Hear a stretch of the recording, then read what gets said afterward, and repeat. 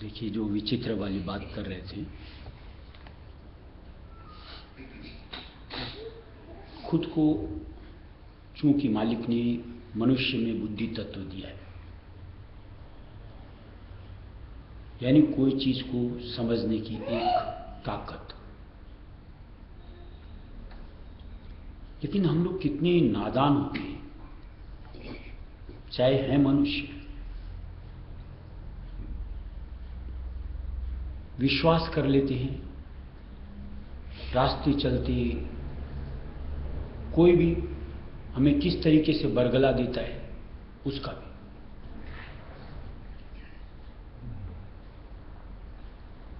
जैसे देखा होगा शहरों वगैरह में, गांव वगैरह में, कि कोई भी फुटपाथ पर बैठा है, आपके हाथ देखते हैं, तोते लेके बैठते हैं, आपका भविष्य बताते हैं, पत्थर बेचते हैं, जिसको रत्न कह के आपको बेच देते हैं। कैसे उनका यकीन किया जा सकता है? एक झोला छाप कोई पंडित आता है, कुछ भी कह जाता है, सत्य भान लेती।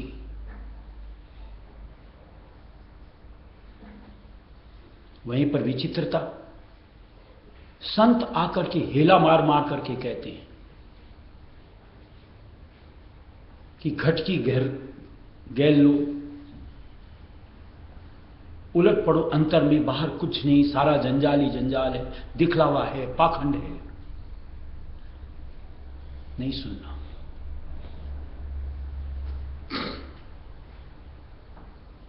विचित्रता नहीं लगती?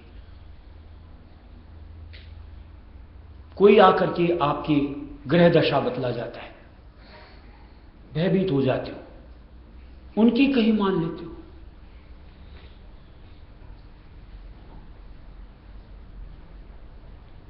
आज जैसे महाराज ने खुले सत्संग में, ग्रंथों के अंदर में, कि मैं ही स्वयं,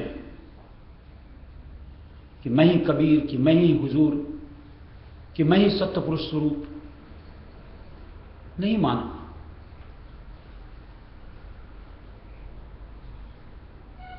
आज दूसरों की छोड़ो, कोई निज अपनों तक को बोला, उन्होंने उनकी बात को तवज्जो नहीं की।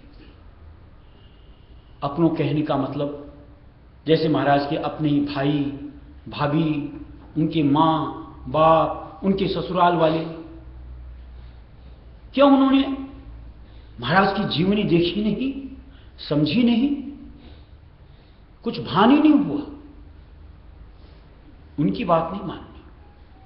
और उन्हीं के घर में वो जो पाखंडी आ करके जैसे तैसे कुछ भी बक जाते थे, वही सत्य बकते थे। विचित्र नहीं लगता? ऐसे ही सोचो, ऐसे तो हम लोग इतने कायर हैं, जरा सी चीज से हम लोग भयभीत हो जाते, शुभ अशुभ न जाने क्या क्या भान लेते, और ऐसे इतने निर्लज्ज हैं कि बड़ी से बड़ी गलतियां उस परवरदिगार के सामने होते हुए भी यूं को जीवित मक्खी निकल जाती, कोई भय नहीं होता।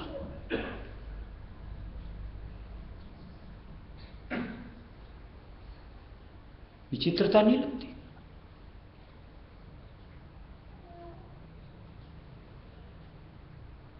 कोई आकर के हमारे कान में दो बात किसी की मुंह फूंक जाता है, हम उसका विश्लेषण तक नहीं करते, अपनी मानसिकता उस अनुरूप परिवर्तित कर लेते हैं। और संत आकर के निज देश का भेद सुनाते हैं, कहीं उसके ऊपर चित्त ही नहीं धरते कि हकीकत तो ये है। परखी हुई, समझी हुई बात, और एक तरीके से कहो चैलेंज के साथ। वहां तो कोई दारोमदारी नहीं, यानी उसकी तो कोई जड़ ही नहीं होती, उसको तो सत्य, और जो सत्य है उसको सत्य मानना ही।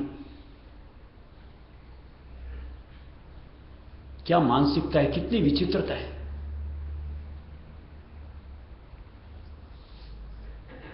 और ये दोष इस मंडल का है, माया का।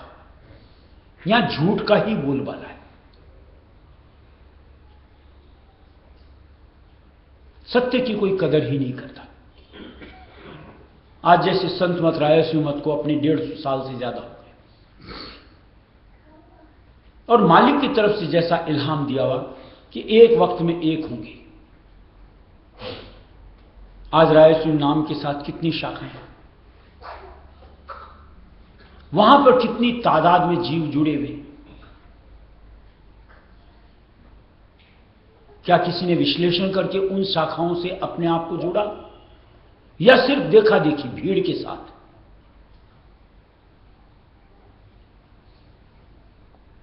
जो मालिक ने परख पहचान संतों की निस्बत वजूद बताई, कभी उसके ऊपर कसौटी पे खरा समझने की, परखने की मानसिकता ली कि मुझको समझ करके, जांच करके जिंदगी का सौदा करना। किसी ने सुझा दिया, हम सूझ गए, सत्य मान बैठे, जिंदगी लगा दी वहीं पर। क्या इतनी सहजता से मनुष्य देह मिलती है? अनमोल नरदेही मिलती है। यूं कौड़ी के भाव इसको नहीं खर्च करना है, अपनी परख अपने आप को पानी है। यानी जब तक अंतर से मालिक रायस्वामी दयाल उस स्वरूप में जो मालिक का निज रूप होता है अपनी परख न दे, तब तक जिंदगी का सौदा उस ठौर पे नहीं करना।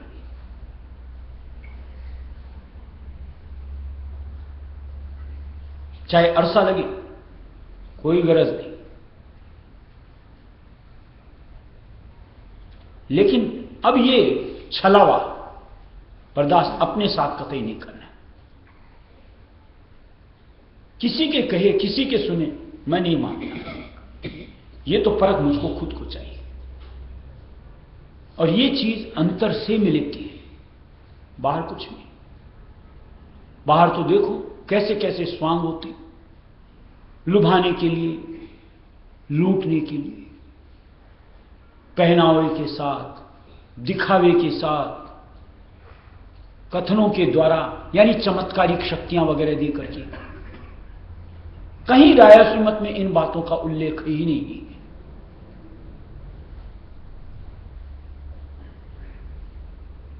आप स्वामी जी महाराज से लेकर के महाराज तक को उनकी जितनी भी जीवन के संगी जो भी जितनी इतनी बातें लिखी हुई, कहीं पर भी दिखलावा बोल करके एक शब्द कहीं हो तो, या जितना हमने उनके संपर्क में जितना समय बिताया उस दरमियान एक भी बात, फिर क्यों हम इस बाहर की उलझन में अपने आप को उलझाएं, विचित्रता से जुड़ करके अपना सत्यानाश करें, यानी अनमोल मनुष्य देह को यूं ही गंवा दे। बिल्कुल। इसीलिए रायस्वामी मत में दिया हुआ है भय एक मालिक का, जो कि सर्वत्र व्यापक, यानी जो कुछ हम कर रहे हैं, जो कुछ हम सोच रहे हैं, सब उस मालिक की जानकारी में। यहां तो हम एक कॉकरोच का डर मान लेते हैं, यहां उस परवरदिगार का कोई भय ही नहीं होता। ये गलत। थोड़ी सी उसकी उपस्थिति अपने साथ थोड़ी सी महसूस करो। देखो आपकी गलतियां कैसे थमती, कैसे आप सतमार्ग के ऊपर अपने आप को आगे बढ़ाते हो, और कैसे आपकी भजन बंदगी निखरती चली जाएगी। किसी को कहने की, दर्शाने की जरूरत नहीं होती। अपना काम बनाने हम मालिक के दर पर जुड़ते हैं। अपने काम को बनता हुआ देखना हमारा असली आनंद होता है। कि कैसे मेरी वृत्ति, मेरी तवज्जो दुनिया से हट करके एक मालिक के चरण शरण में सिमटती चली जाती है, जहां सिर्फ मेरी ख्वाहिश कहो, तमन्ना कहो, बस उस एक मालिक की निस्बत बनती जाती है, बढ़ती चलती जाती है।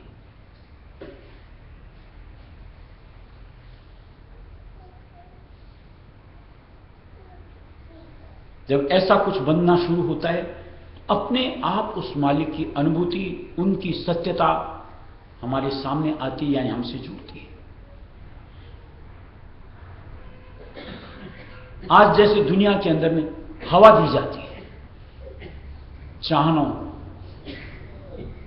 लोग किसी भी दर से जाते हैं, जुड़ते हैं उन चाहनाओं के साथ, लेकिन जहां सच्ची ठौर होगी वो चाहनाएं हमारी सिमटती चली जाएगी। यानी अपने आप उनसे एक तरीके से कहो नफरत होनी शुरू हो जाती है, क्योंकि सामने जो वहां बख्शिश मिलती है अनमोल, जो कि इस मंडल की होती ही नहीं, उसको पाकर के हम सुरत यानी आत्मा, जो कि हम स्वयं तृप्त होते हैं, यानी जन्मान जन्म की प्यास हमारी शांत होती है। तब लगता है वो विचित्रता थी, ये सत्य था, और तब हम टिक करके उस मालिक के साथ जुड़ते हुए अपने आप का काम यानी उत्थान करते चले जाते हैं। और ये नजारा, ये अनुभूतियां जब तक सत्य से नहीं जुड़ोगे तब तक उस चीज का एहसास, अनुभव नहीं मिलता। तब तक हम स्वयं उस विचित्रता का पार्ट होते हैं। जैसे दुनिया सोचती है हम भी वैसे ही सोचते हैं, जैसे दुनिया बरतती हम भी वैसे ही बरतते हैं, और हम लोगों को वही लगता है कि जैसे वो कर रहा है मैं कर रहा हूं, मुझे भी मिल रहा है, उसको भी मिल रहा है, बस यही सत्य है। ये नहीं देखते हैं कि ये छलावा किस तरीके से माया ने बुना हुआ है, कैसे काल ने पसारा हुआ है। एक एहसास आप पाते हो, जैसे देखते हैं अपन कि मान लो एक बिल्ली की रास्ता काट जाती, हम लोग रुक जाते, अशुभ हो जाएगा। ऐसे इतने निर्भीक हो जाते हैं, कुछ भी गलत करने से पहले किसी चीज का मालिक का भय भी नहीं समाते हैं अपने अंदर में। वहां हमको बुरे की कल्पना ही नहीं होती कि मैं ये करूंगा तो उसका क्या परिणाम मेरे साथ में भुगतने को आने वाला है।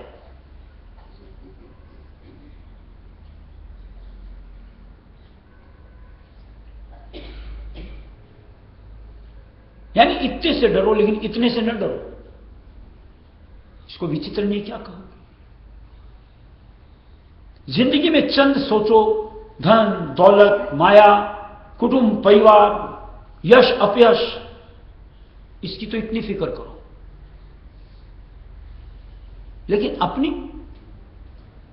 उसकी कोई फिक्र ही नहीं। क्योंकि ये सब जितना कुछ भी अगर मान लो किसी को हासिल किसी भी जरिए से होता है, वो इस देह तक आपका उपभोग का सबब बन सकता है। लेकिन जो सुरत यानी आत्मा अजर अमर अविनाशी, उसकी निस्बत कहीं ख्याल नहीं बनता कि उसको भी कुछ चाहिए, कि किसी तरीके से उसको एक ऐसी जुगत, कि ऐसा कोई साथी, कोई ऐसा रास्ता कि जहां से निदान हो सके, यानी एक सच्चे साथ को पकड़ करके पुनः ये कलेश से हमेशा का निस्तारा हो सके। न तो उसकी कोई सूझ देता है और न ही बूझ देता है ही नहीं लोगों के पास सिवाय सच्चे संतों के। और इसीलिए राय सुमत में कहा हुआ है, ऐसों की तलाश में लगना चाहिए, किसी के कहे सुने नहीं, अपनी परख करके। देखो बगुला के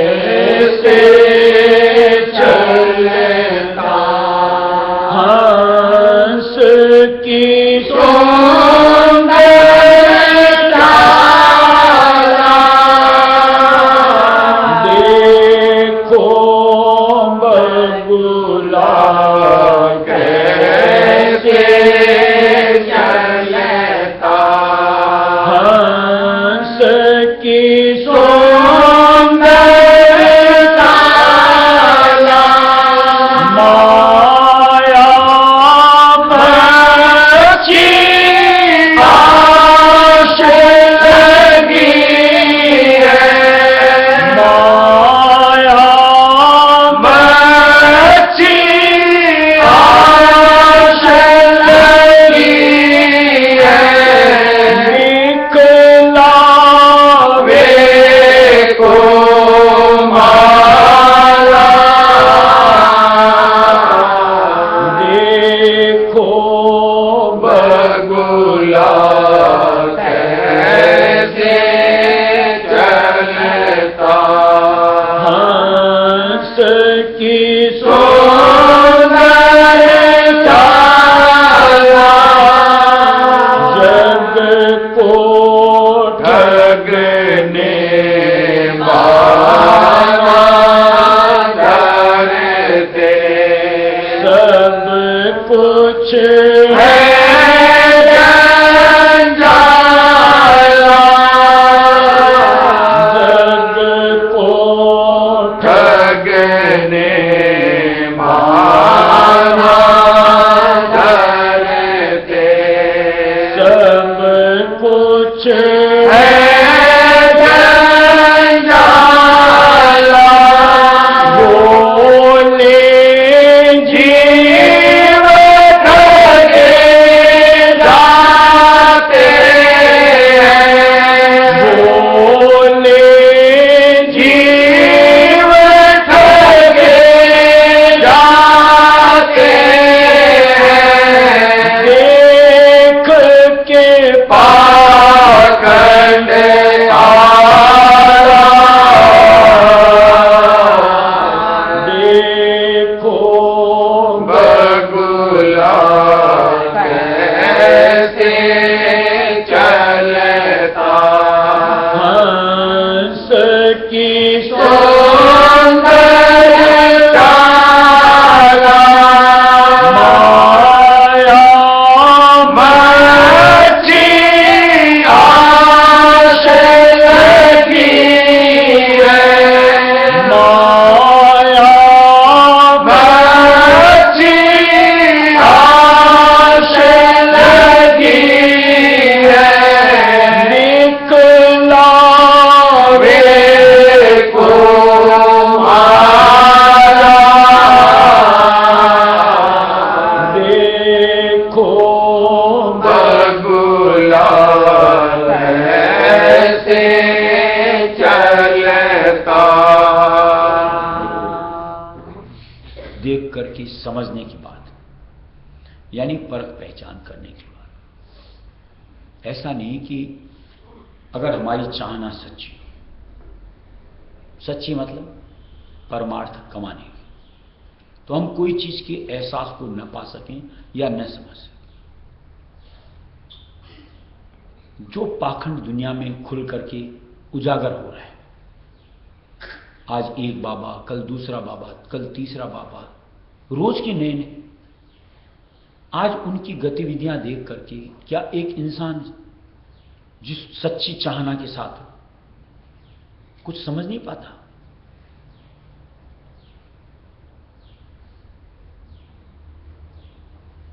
सबसे पहली बात जो सच्चे होंगे उनको सिर्फ जीव की सुरत यानी आत्मा की फिक्र होगी उनका वास्ता सिर्फ उससे ही होगा और किसी से नहीं अब उसकी जगह कोई अगर माया को तरजीह देता है कोई जाति वर्ण को तरजीह देता है स्त्री पुरुष को तरजीह देता है क्या जाने वाला देख नहीं पा रहा है समझ नहीं पा रहा है यहां क्या प्रपंच चल रहा है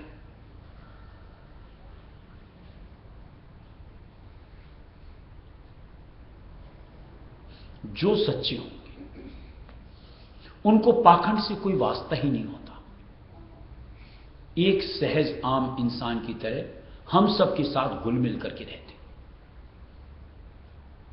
यानी एक कोई अपना वर्चस्व दिखाना। देखा हम लोगों ने बड़े महाराज को कि कोई साधारण सा भी कोई बंदा आ जाता था, उसके साथ भी वही बर्ताव, कोई अपनी अहमियत नहीं और सामने वाले की कोई फिक्र नहीं। इतना स्नेह, उसके साथ इतनी अंतरंगता कौन कर सकता है? क्या चाहिए होता है सामने वाले से? माया? कतई नहीं। क्या करेंगे? वो तो त्याग करके ही आए थे। नाम बरी सवाल ही नहीं, वो तो वहां बहुत थी समाज के अंदर में। क्या व्यवहार देख करके समझ नहीं पाते हम? और जहां पाखंड होगा वहां देखो इस तरीके के बर्ताव होते हैं कि कोई पैसे वाला है, उसकी तो पूछ है, उसको तो करीबी दी जाती है, अवसर प्रदान किया जाता है, और जिसके पास माया नहीं है उसको तिरस्कार। यानी उन्हीं के सेवक दूर धकेलते रहते हैं। नहीं समझ में आता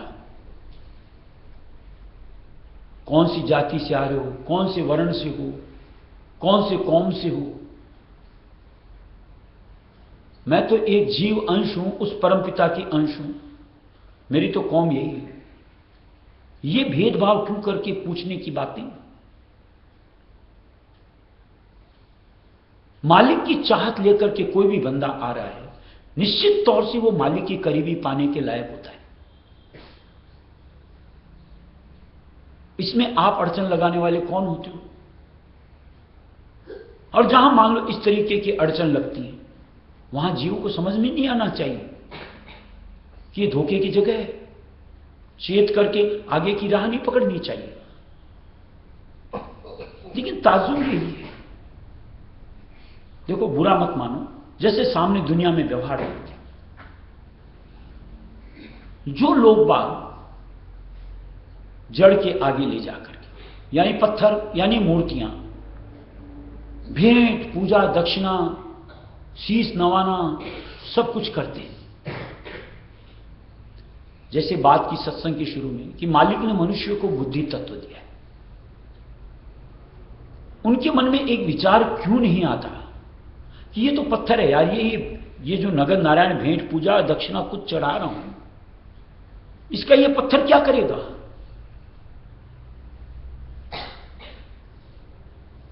इससे तो जो पंडित पुजारी हैं वो मौज मस्ती मारेंगे, तो वो क्या पंडित पुजारी मेरे को मुक्ति प्रदान करेंगे, मोक्ष प्रदान करेंगे? समझ नहीं आनी चाहिए। इसी तरीके से मान लो जो पाखंडी होते हैं बाबा लोग, गुरु बनकर के बैठते हैं, देखा हुआ है आंखों से, टीवी पर देखते हैं, प्रत्यक्षतः भी देखा हुआ है।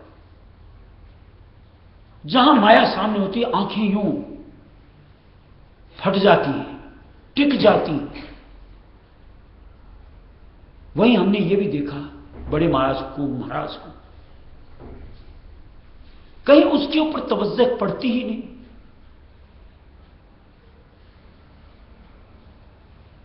सच्चों के लिए क्या दिया हुआ है कि कोई भी मान लो भेंट पूजा हम लोग जो अर्पण करते भी हैं, अपने काम में एक पैसा नहीं लेते,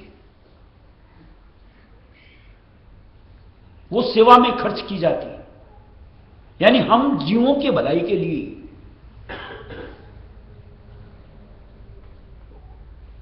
क्या ये भेदभाव जो सामने दिखना चाहिए, हमारे देखने की अंतर की शक्ति नहीं होती कि समझ सकें, ठिठक सकें, विचार कर सकें कि क्या सही क्या गलत? इसी तरीके से जो आचरण व्यवहार दुनिया में तो हम बहुत कर लेते हैं कि किसी को अपना बना लेते हैं, किसी को पराया बना लेते हैं, लेकिन ऐसी ठौर में जाकर के जहां भेदभाव सामने होता रहता है, हमारे समझने विचारने की शक्ति खत्म हो जाती है कि कैसे एक को तो ऊंचा उठाया जा रहा है और कहीं एक को नीचे गिराया जा रहा है, कि किसी को तो करीब बुलाया जा रहा है, किसी को दूर दुत्कार दिया जाता है। और जो भेदभाव की नीति अपना करके चलेगा वो सच्चा कैसे हो सकता है? ये समझने की ताकत नहीं होनी चाहिए हमें। इसलिए मालिक ने दिया कि देखो बगुला कैसे चलता। ये तो बगुला भक्ति होती है, अंतर की चाहना कुछ, दर्शाना कुछ।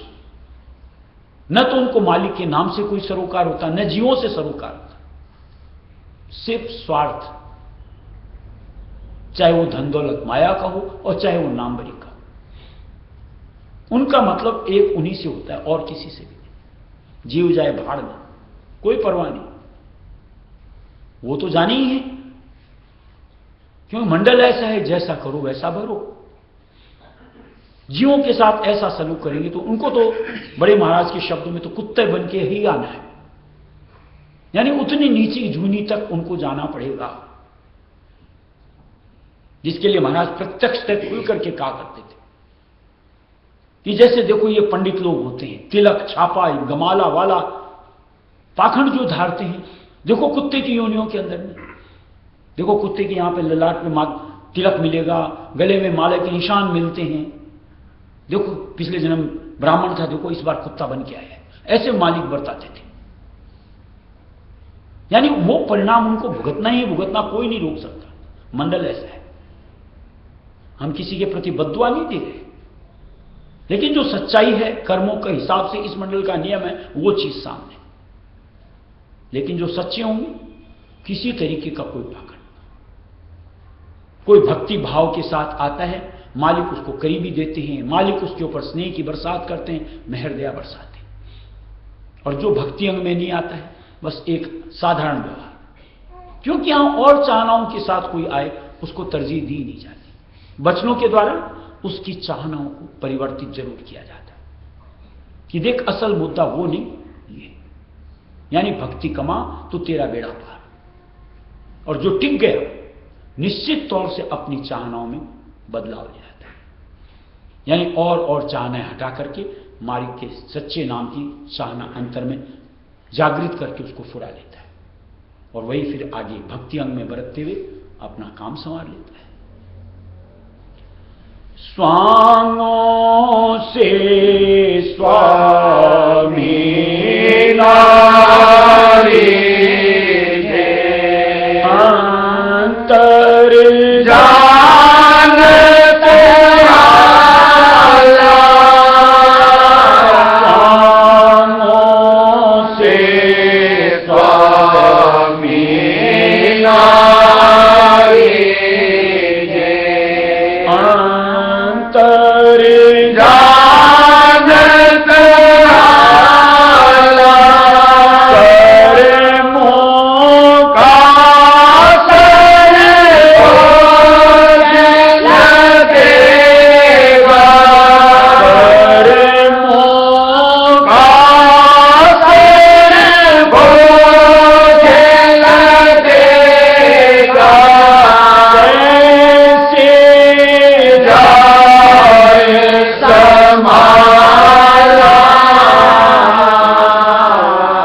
देखो बगुला कैसे चलता, हंस की सुंदरता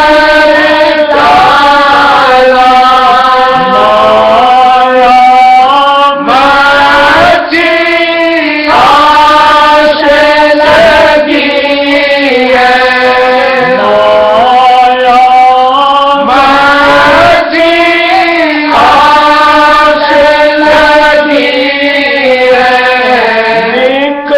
निकलावे को माला,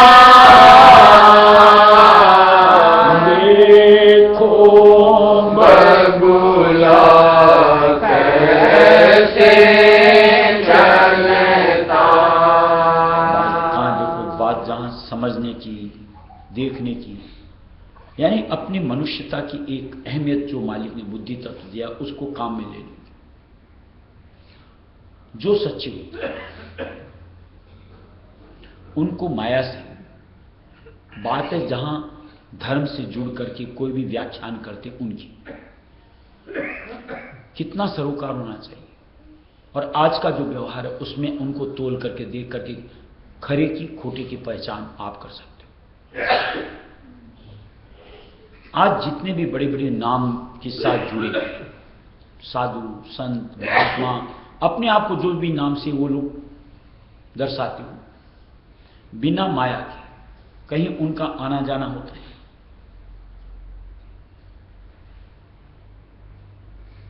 किसी गरीब की बिसात है कि उनको अपने घर न्योता दे सके,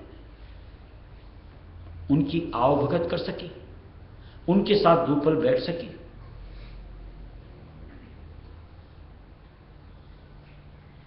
सबने तो अपनी अपनी फीस निर्धारित कर रखी। फीस यानी व्यवसाय है। फिर भी समझ नहीं आनी चाहिए यहां ठगी हो रही है। थोड़ी सी एक जैसे पुराने किस्से कहानी, आज भगवान राम का जो किस्सा चलता है,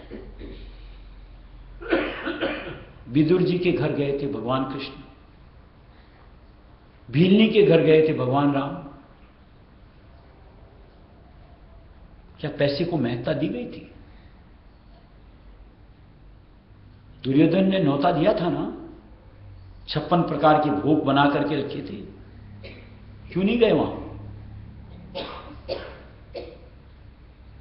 आज ऋषि मुनि तपस्वियों ने सारी अगवानी कर रखी थी पाखंड के साथ, उनके घर नहीं जाकर के भिल्ली के घर क्यों गए थे? हाँ, हम लोगों ने देखा जैसे बड़े महाराज को जहां कोई प्यार से भाव से महाराज हमारे घर आओ, यूं चलते, न गर्मी न सर्दी न बरसात, न दिन न रात,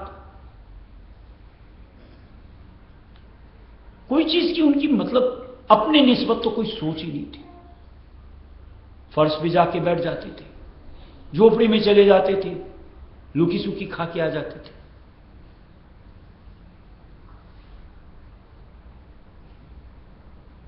क्या ये सब चीजें आकलन करने के लिए, समझ लेने के लिए कि खरी की खोटी काफी नहीं होती? चाहे तो क्या हम नहीं कर सकते? अभी तो अपॉइंटमेंट्स चाहिए। एक बात जरा सा विचार करके, जैसा महाभारत के किस्से में दिया हुआ है कि युधिष्ठिर ने जो माने सत्य के ऊपर में खड़े थे, कह दिया कि उसको बोलो कल आएगा, और लोगों ने यूं हर्ष ध्वनि के साथ कि महाराज ने तो बस कल को जीत लिया। ये लोग जो अपॉइंटमेंट्स देते हैं, उनको इतना एतबार है कि मैं तब तक जीऊंगा। एक पल का तो भरोसा नहीं होता। एडवांस बुकिंग 5-5 साल तक की करते हैं। क्या इससे पाखंड नहीं दिखता कि उन्होंने काल को ही जीत लिया? या जो अपॉइंटमेंट लेता है उसको पता नहीं होता कि मैं 5 साल बाद तक इस मंडल में रहूंगा कि नहीं रहूंगा, कि मैं तब तक की बुकिंग करूं? मालिक ने तो अपने दिया, बने तो आज ही काज बनाना, जो करना है आज कर डाल, कल का किसका भरोसा? और जो सच्चे होंगे, इस तरह के वायदे, इस तरह की बातें कभी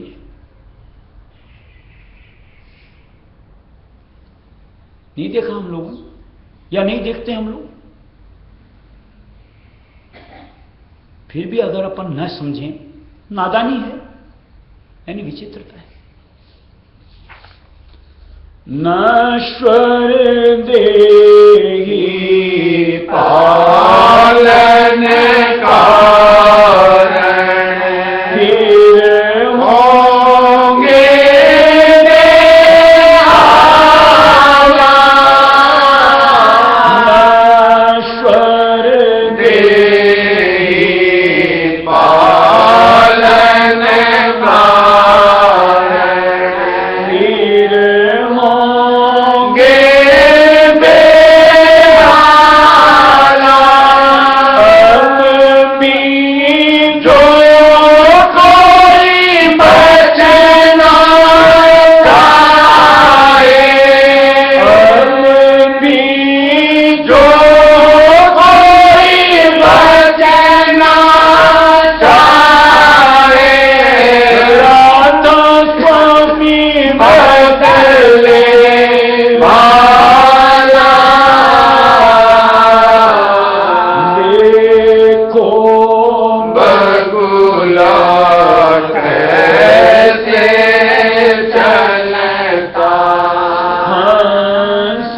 की सुंदरता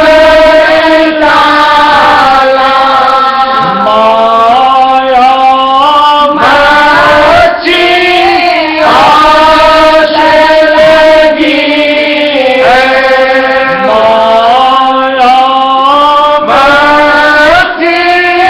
आस लगी है निकलावे को माला देखो बगुला कैसे चलता।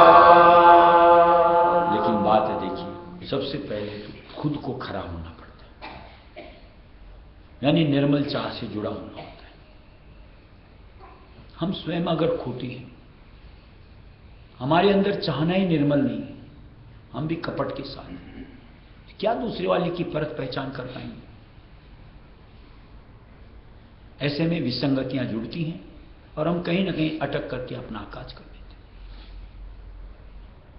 ये जो तादाद, उसका सबब यही है। किसी को दोष नहीं, दोष स्वयं अपना। अपनी चाहना पहले निर्मल करो, अपने आप को साफ करो, सब कुछ दिखेगा सामने, यानी पाखंड सामने दर्शेगा और हम अपने आप को बचा पाएंगे। मजाल नहीं कोई हमें लूट सके, हमारा आकाश कर सके।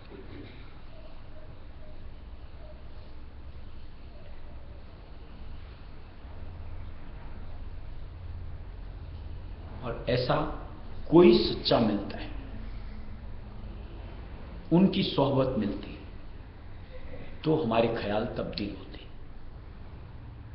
यानी अंदर से और विषमताएं, चाहनाएं अलग हटकर सच्ची चाह मालिक राय अश्वमेध दयाल से मिलने के अंतर में फुर्ती है, अपना कल्याण करने की, यानी मुक्ति उद्धार हासिल करने की।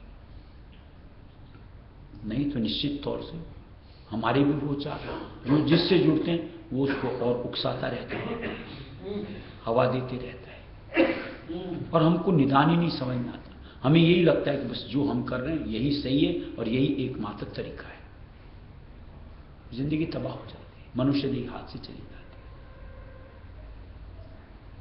राधा